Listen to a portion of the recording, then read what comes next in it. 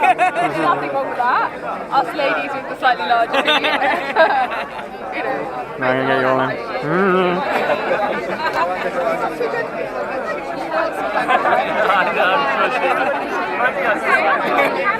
This is good. Stand on there and do it. Yeah.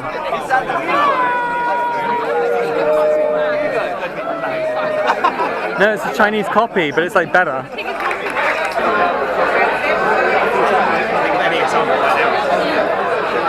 It is my honour to make the first speech tonight. On behalf of Amanda and myself, that's Amanda over there, she's my first speaker. I'd like to start by giving a warm welcome to all the relatives and friends who have joined us to celebrate Amy and Tim's wedding today. I know that many of you have travelled long distances to be here. London, Paris, New York, Munich. Oh, actually it's Huddersfield, Harlem, Silence. Thank you all for coming here to celebrate this very special day. While preparing the speech, I got a little sentimental and decided to look through some old photos of Amy. Tears welled up in my eyes and one picture stood out.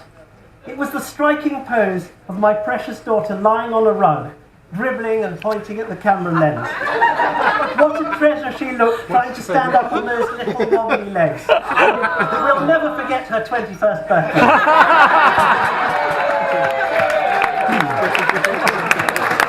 So, let's take a look back at Amy's story so far. The year 1984 was memorable for a number of important reasons. It was the date for the fictional setting of George Orwell's famous novel about a totalitarian state. It was the year when the Thames Barrier was opened by the Queen. And as everyone knows, it was the year when the catalytic decomposition of molybdenum disulfide was achieved for the very first time.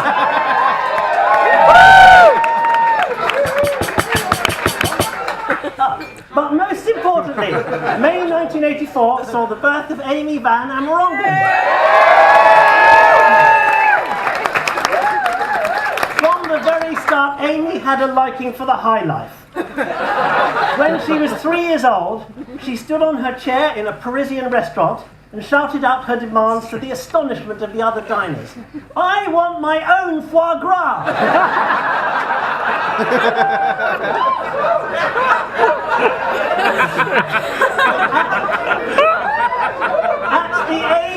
At the age of 8, we gave her a Rubik's Cube puzzle to solve. She came back 10 minutes later and said, "What's so difficult about that?" Amy had simply peeled off all the coloured stickers. Well, such enterprise eventually took her to Leeds University to read philosophy. They say a university is a fountain of knowledge where students go to drink. And on the day after her first student loan payment arrived, Amy announced that based on an extensive tasting, Veuve Clicquot was definitely her favourite champagne. She has been known as Champagne Mimi ever since. Amy has always been ambitious. When she was about 12 years old, we took her to see the sights of London. On reaching the Houses of Parliament, she gazed up in awe at the mighty clock tower of Big Ben. Tears welled up in her eyes as she said, "You know, one day, Daddy, I'm going to be a production assistant at Space City." In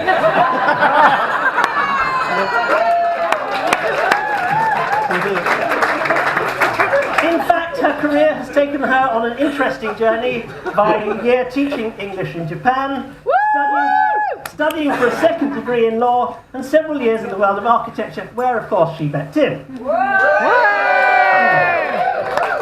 As I said, Amy has always had expensive tastes, which inevitably makes me cast my mind back to 1983.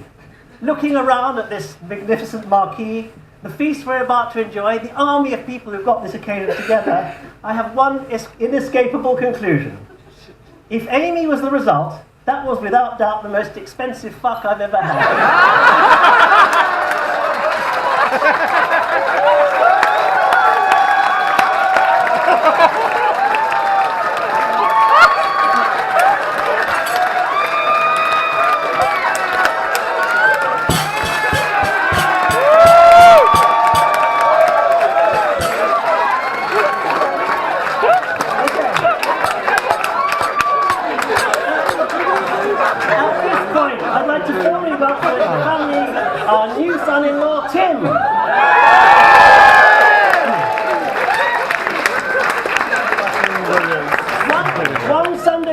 early last year, I had a phone call from Tim. I'd like to ask you something, he said.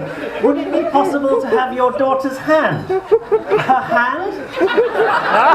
Unfortunately, you can't just get that as it's attached to the rest of her. You'll have to take the whole lot. Now, I would be the last person to make fun of Tim. Everyone else has done it already. Tim is, of course, a Yorkshireman. So, since he appeared in our lives 5 years ago, I've had to learn a whole new language. Now, here are a few of my favourite words from the official Yorkshire dictionary. You may need to think about these. Email. The postman's arrived. Try to say them in the accent. Tabby. A large church.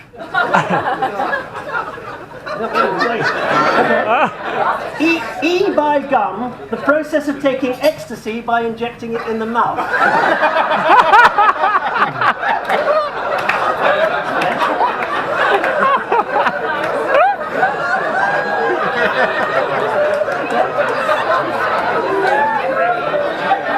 Okay, here we go. Tin, tin, tin. It isn't in the tin.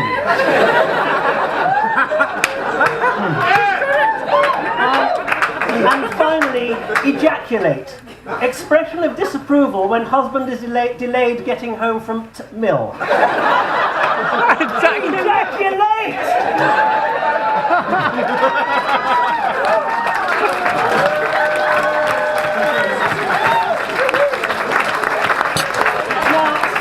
Some people say nothing good has ever come out of Yorkshire, but that's not true. What about the M1 motorway? My duty as the father of the bride is to give some words of wisdom to Tim to prepare him for the path of married life that lies ahead.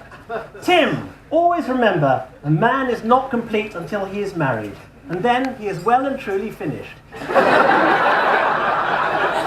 Marriage is a relationship where one person is always right and the other is the husband.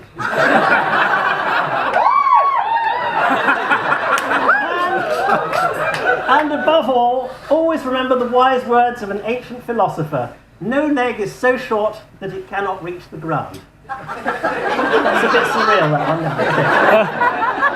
We're also delighted to welcome into the fold two extremely wonderful people without whom Tim wouldn't be here today. Tim's parents, Ray and Kath.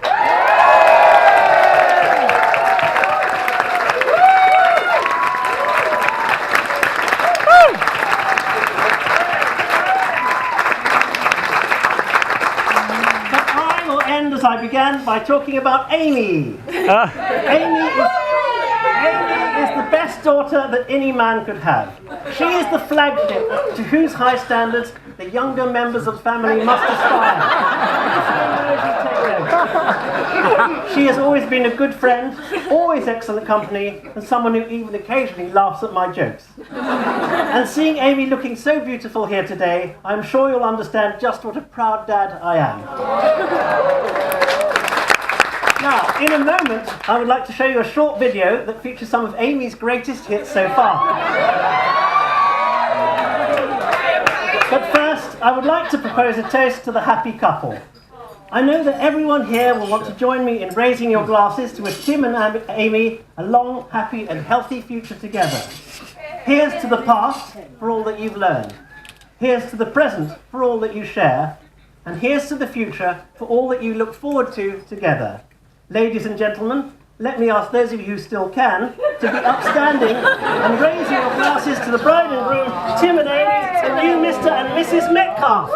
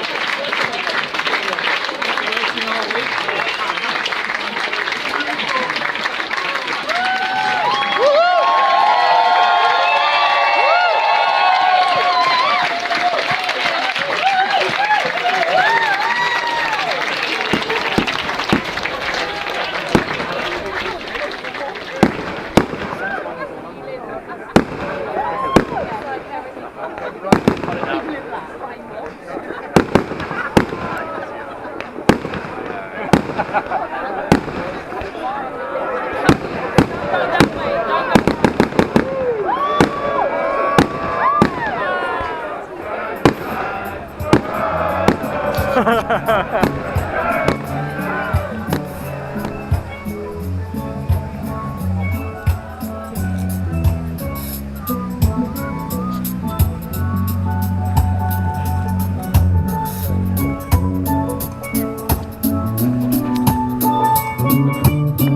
cream van. Amazing, amazing, amazing.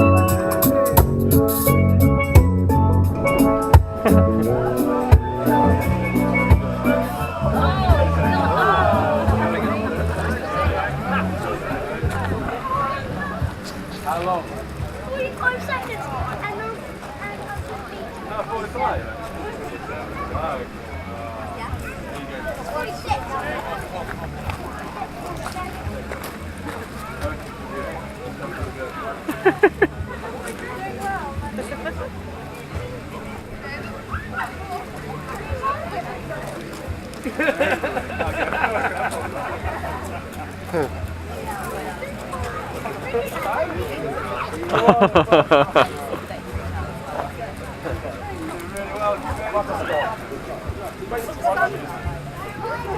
Unfair advantage.